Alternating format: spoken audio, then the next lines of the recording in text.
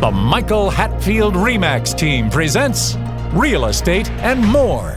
Bay Area real estate is different than in all of America. And why? What's up with home buyers? What's on sellers' minds? How is the market? And much, much more. Now, here's your host, Michael Hatfield. Welcome to the Real Estate and More Show. I'm your host, Michael Hatfield. As we know, I like to check in with my colleagues in other parts of our great country and hear how their markets are doing compared with what we have in the San Francisco Bay Area. This morning, we're going to take a quick look at the Dallas-Fort Worth-Arlington metro area. And recently, this location has had considerable interest, a lot of people moving in down there to enjoy the attributes. So let's ask my friend who's been there and colleague, top producing realtor Peter Baird, to tell us what markets are like in the Lone Star State. Welcome to the show, Peter. Mike, thanks for having me on the show. Really an honor. It's our pleasure, my friend. I know you practiced a long time in the San Francisco Bay Area, then a few years back, to coin a Western term, you pulled up stakes and moved your family to Dallas. What attributes of Dallas, Texas lured you away to the Lone Star State? Well, Mike, I asked my wife the other day, after being here just 2 years and moving away from San Ramon, California, what if she'd been in any traffic jams. And I said, I held up my hand and it's had 5, and she said 0 in 2 years of being here. Number one. Number two, the most original reason that we left and came here to the great state was because we sold for $700 a square and bought for $175 a square. So the cost of living is remarkably much more economically feasible. Gas prices are running in the $3 to $2.50 for regular. The funny thing is, I didn't tell you this. I bought a truck before we even decided to move to Texas, and I registered it in California. It was $980. Take a wild guess what it was when I registered it this year and last year. Don't have a clue. $78. Whoa, sounds wonderful. But the greatest resource that we found, Mike, the people here of Texas are just extraordinarily. The kindness is literally almost still shocking. So it's been a great move. But here's what I'm a Californian. I was born in San Francisco, as you may well know. Well, let's get into a little bit of real estate. You know, the Dallas-Fort Worth-Arlington metropolitan area, it has a large population of about 7.76 million, about the same size the state of New Hampshire, encompassing about 9,286 square miles. One could say that area is relatively spread out. So are you driving more, Peter? Oh, my goodness. Never more. When you say you do the DFW, that's called the Dallas-Fort Worth Metroplex. And Arlington, of course, Irvine, tons of other, Plano, Frisco's all included in that with those 8 million people. I just dropped off a bunch of Thanksgiving gifts to my clients so they wouldn't get caught in the mirage of the Christmas gifts. And I put 3,000 miles just driving around the Metroplex in 4 days. So Gotcha. It's the diversity. You're only 5 minutes away from beauty in Texas, which is great. Yeah, that's just great. Now, you touched on it right in their introduction. You said that other people are moving here in Texas to Texas. They want to downsize. They want to retire. They want to pay less taxes. They want to pay less for a home. Essentially have more discretionary income. Can you just briefly elaborate on that a little? Right. What's really shocking to me is the how wonderful the buildings are in the public services when they don't have any state income tax. Now, on the downside of things, the property taxes are higher. The state is so economically run well, they have a $37 billion surplus that they are going to distribute back to the property owners. But regarding downsizing, that's exactly what we did. You know, we sold a 1977 home in a very nice area. I think you may have even been there in San Ramon. And now we're forced to buy a 4,000 square foot home, literally almost twice the size, because that's the Texas version of downsizing. It's hard to find something, below 3,000 or 2,500 square feet, which is really what my wife and I originally were targeted. It's almost like every day is Black Friday here. It feels like I did a show with Pat Vitucci, and it was retire here, retire there, or retire everywhere, where it kind of talked about an option to where a person could have a place in Texas. They could have a little place in California. They could have one in Arizona if they wanted, or they could have a little place in Portugal if they wanted. But Texas was definitely on the list. And for many, many reasons, I don't believe it has state income tax. Is that correct? It does not. Correct. Yeah. So you're doing real well with that. And if you make a little money, you get to keep a little money. That's always a great thing. So after living in Dallas area for a while, you mentioned that you got a small 4,000 square foot home, of which you had to pack in 12 whole people. There's other benefits of fun things to do down there. Are you into the rodeo, Peter? You do any of that? Ride horses? No, I don't. But my cousin has a ranch, and one of the other reasons that we did move here is that my wife's brother-in-law is only 9 minutes away in a beautiful suburb called Flower Mound, which is remarkably popular. I'd say from a socioeconomic, for your California listeners, it's very similar to the San Ramon Danville area in terms of those metrics. So so we've got friends and family here. We're going to have our granddaughter come here, and she's going to be taking some riding classes. So that's fun. But at my age, I don't need to break anything. I've done that enough. So, Peter, I tell you a funny story. I sold this ranch to a guy 67 years old, a doctor, and it had 8 Longhorns on it. It was a big ranch in the Capay Valley, and he decided, I'm going to ride one of those things. And guess what? I have a little video of him getting on one of those Longhorns. I think it was crazy to do it, but people like what they like to do. Hey, can you get a nice home down in your area for say 400,000? That's a great starter home. We're trying to convince my daughter to move here, and that's kind of her range. And so we'll be looking at those at the end of Christmas, when she gets here on the 26th. But yeah, absolutely. You'd be absolutely shocked. And those are definitely a little bit smaller. Is that in terms of not the 4,000 square feet? Would that be like in Arlington or? Arlington's a great value, actually. You keep bringing that up, and I will tell you, Arlington is one of the better values. The area there, that in a sub area called Grapevine, is very, very popular. You'd be surprised. There's a lot of lakes in the Dallas-Fort Worth area. Mm-hmm. Grapevine Lake's about maybe a fourth the size of Tahoe for juxtaposition there. And then there's Lake Louisville that's not too far from me. So there's a lot of so as you know, the weather here, there's a great saying that we did learn in Texas, Mike, is that if you don't like the weather, just wait 10 minutes. Yeah. Well, I think the only thing I can correct is just wait 5 minutes. Yeah. But $400,000 can definitely get you into a nice, say 2,700 square foot home in a nice area, maybe 15 to 20 minutes from central Dallas.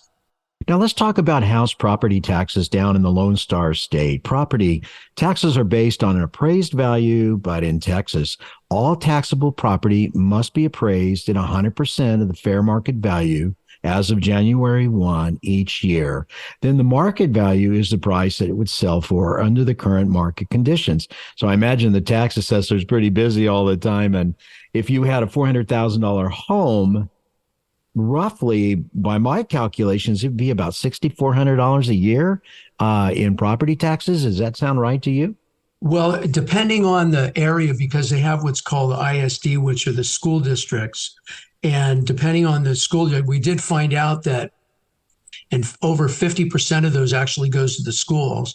And if you've ever seen the movie or the series Friday Night Lights, you'd see these stadiums for the Friday night footballs, Mike, that would really pale in comparison or make these large college stadiums blush. Uh-huh. Whereas you're looking anywhere from a minimum to 1.75 to up to 2.25 so you could be a full percentage higher. Whoa. So you've got to really do some economics. And, for clients that we do have, I have a software program that I use that really analyzes that to make sure it makes economic sense to downsize too, for that exact reason. So you'd be $64,000 to $7,000 per per year on a $400,000 home, whereas in California, at a $400,000 home, if you can find one, you'd be paying roughly 4,400. You know, the one that's really cheap to keep in the back of your mind, and I know you wouldn't mind going there, is Hawaii. They have the least expensive property taxes in the country. On $1 million home, it'd be like about $3,900 per year. Can you believe that? That's just unbelievable. But then again, in Texas, think about it this way. You're not paying state income taxes, so you don't mind paying higher on your home. What about sales taxes, Peter? Talk to me about those. Yeah, they're about the same. I don't want to misquote them because I don't know what they are exactly, but they're about the same. Yeah, but everything's less. It's really impressive. You go out and you go, oh my God, we're still used to, paying, a couple $100 for 4 or 5 people to go out when we go to California. Here it's I'd say your cost of living is a third less than it is. Now, back on the sales taxes, by what I've been able to ascertain, it's about 8.2% as an average, of which maximum local sales tax can be up to 2% there. And then they have a 6.25 state sales tax rate. Makes you about 8.25 thereabouts. Not too bad. Here in Contra Costa, we're paying a lot in sales tax. And to me, it's just kind of crazy, not to mention, you mentioned fuel costs. Look at the fuel costs. We're paying $5.49 a gallon here, Peter. Unbelievable. So that's one of the forces, I think, that take people and have them pull up stakes and move to other areas in the country, such as, Texas. So that's the way I see it anyway. The sense of community. When I grew up, someone came to my parents' door, and it could be 7:00 in the morning, and mom would have her big curlers in her hair with a hairnet on, and they'd knock on the door, and she'd go right to the door. She'd open that door. Well, come right on in. And that sense of neighborly hospitality and sense of neighborhood is really important to people's well-beings. In fact, studies today are saying if you have people that you can talk with, people that you can relate to, people that you can share in mutual purpose, then your health is going to be so much greater. Tell me about Texas. You mentioned people are so kind there. So sense of community, oh my goodness. The second we got in here, we got Blue Mary muffins, cornbread, people coming in, inviting us. I mean, the only profession I wouldn't want to be in Texas, Mike, is a locksmith, because nobody needs to lock their doors. Crime is basically non-existent.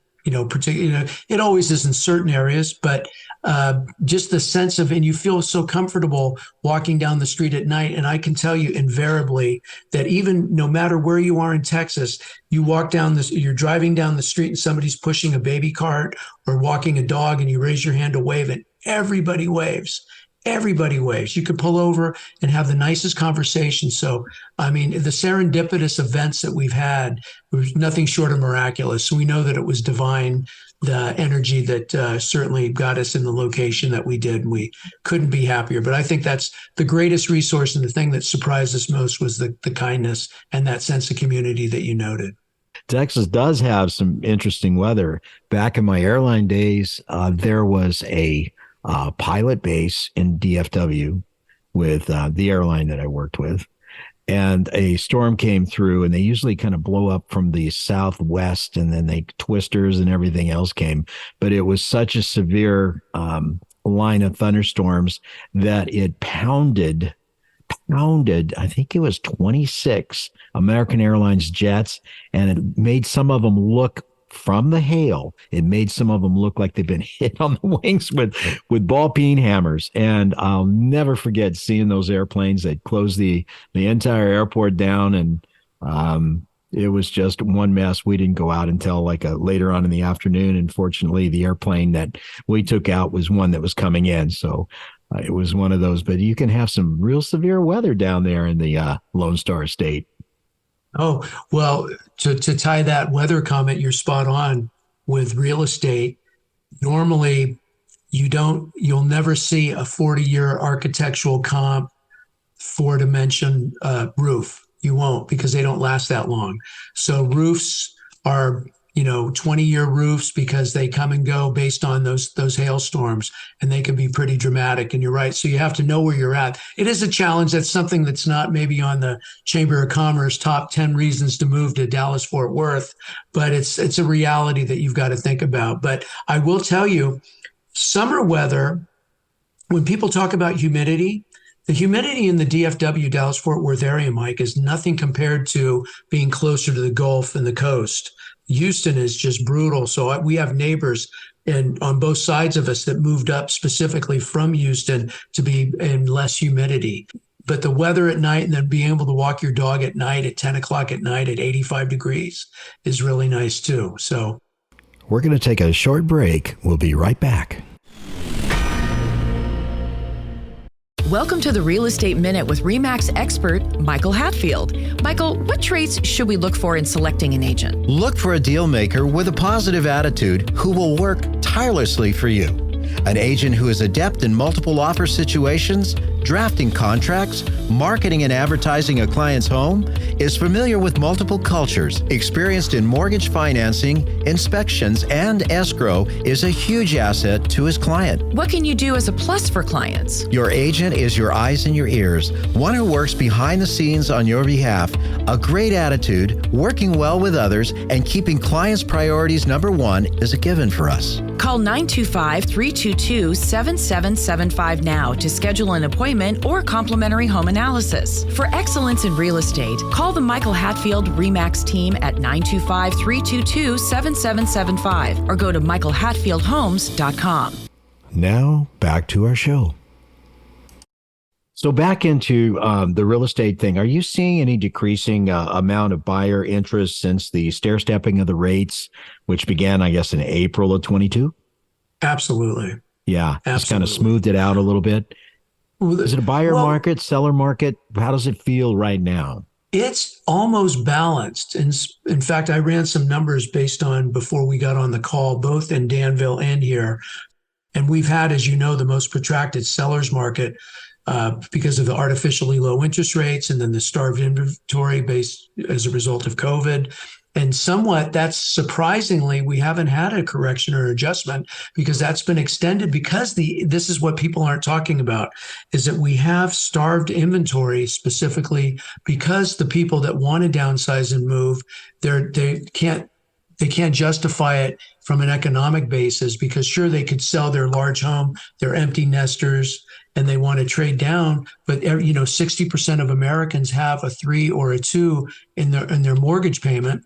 So there's no reason financially for them to do so. It's not only, so I wanted to bring that up because it's not only affected the buyers and reduced them, it's actually affected the inventory. So that's why you see the volume of sales slower, as I'm sure has probably affected your area as well. Just the number of transactions is still, as you say, it's in equilibrium here.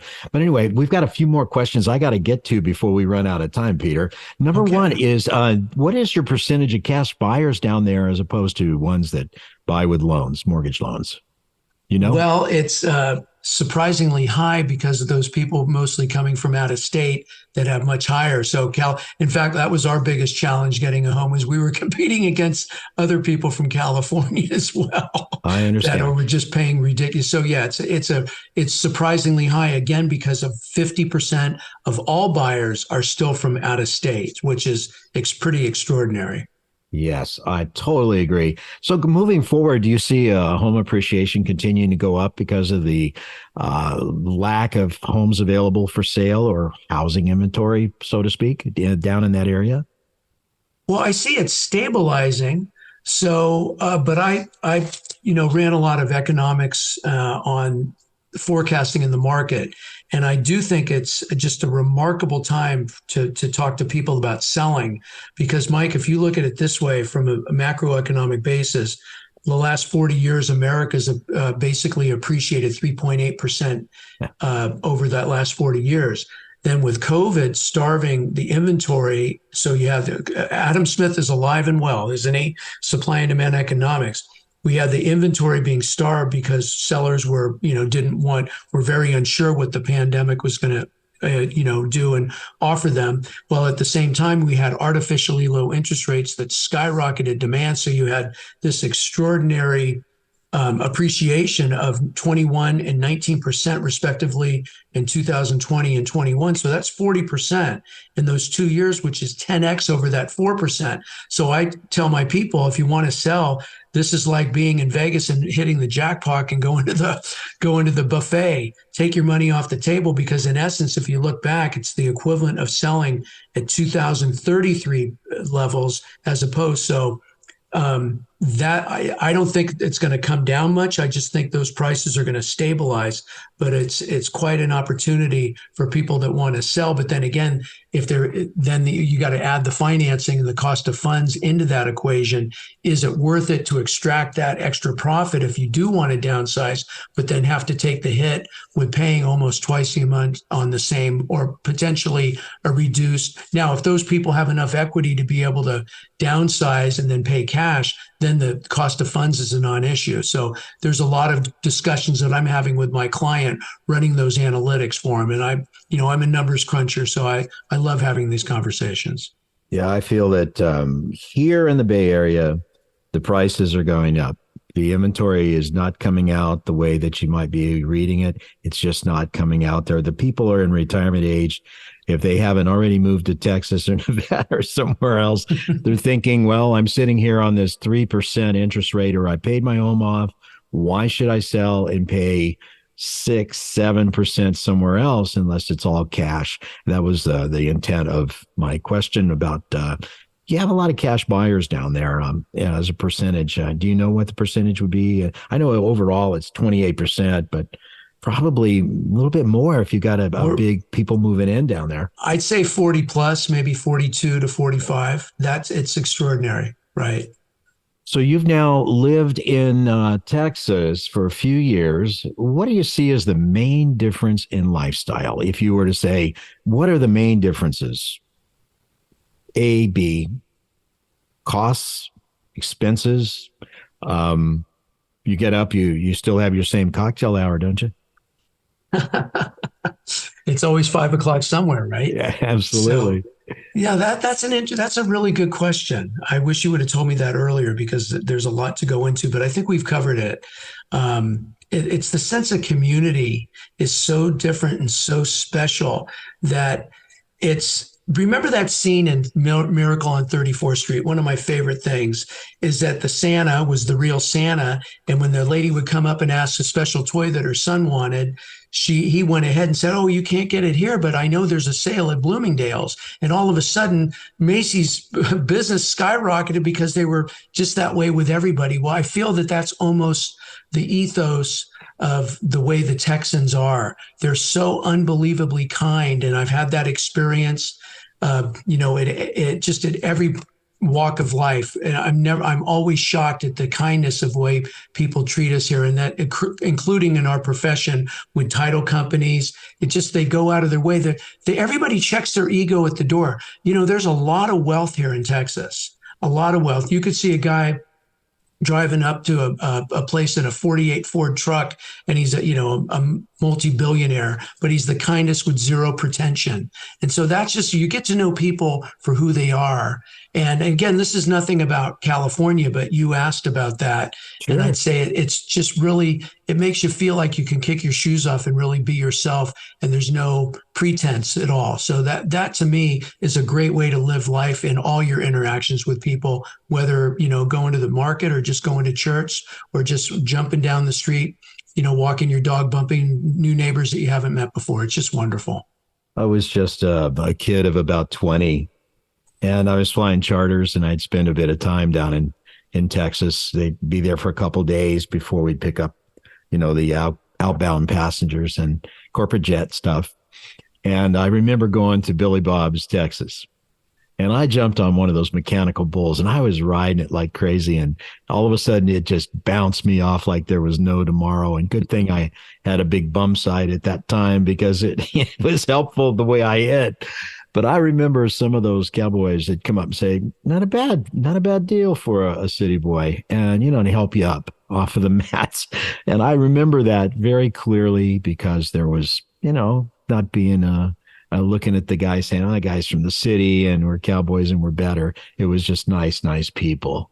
So moving ahead, looking at your crystal ball, do you see Texas faring well with other states as its package of benefits for people that live there, their lifestyle, the taxes is a great place to live? Do you see it faring very well moving forward, or has this been like a flash in the pan where people have moved out of California or Illinois to go to a kinder environment? What do you think moving ahead, Peter? That's a great question. And I think the other thing, you remember when you have zero zero taxes for income, also there's a benefit for all the businesses. The growth here, Mike, is extraordinary. There's skyscrapers in downtown Fort Worth. There's skyscrapers and big cranes in both Dallas, and even Plano is really something that we didn't talk about. That's actually becoming kind of the new area because it's newer infrastructure. And then there's in Frisco, that's where the big star is, where the Dallas Cowboy training facility is. And the growth around there is they're building thousands and thousands of homes. And driving in our area, where I live at the very edge of suburban sprawl, which is next to, and there's a lot of the large ranches. In fact, I was in a real estate class today and found out about a new 2,000 acre ranch that finally got approved for, several thousand homes. So a lot of growth. So the economic opportunities and for cheap, and the incomes aren't that much less, if at all, right? They're still getting top people. So I think the prospects of Texas are only straight up. It's really exciting to be part of that. Wow. I just, I've always liked Texas, and I've always liked to ride horses and enjoy the out of doors. And Texas has always had a wonderful place. Maybe that's something in my future moving ahead. I don't know. But I have to say, Peter Baird, great guy, great realtor. I've known him for several years. He's still got one little foot in California. But I don't really regard him as being too much competition. I think his heart's down there in the Dallas-Fort Worth-Arlington area. I think he's become a member of the Lone Star State. So at this point, I have to say, we've really enjoyed having you on this show, Peter. Thank you for being on. You're a great guy. Well, Mike, we'll always leave the light on for you and your wife. We might just show up one of these days. It's time for a short break. You've been listening to Real Estate and More. Interesting people like Mr. Baird, topics of the day like Dallas real estate, and of course, more about real estate. You can listen to archived Real Estate and More shows at michaelhatfieldhomes.com/radio. That's michaelhatfieldhomes.com/radio. Also, Real Estate and More show is now podcast and all major directories. I'm your host, Michael Hatfield. We'll be right back with our next special guest. Stay tuned.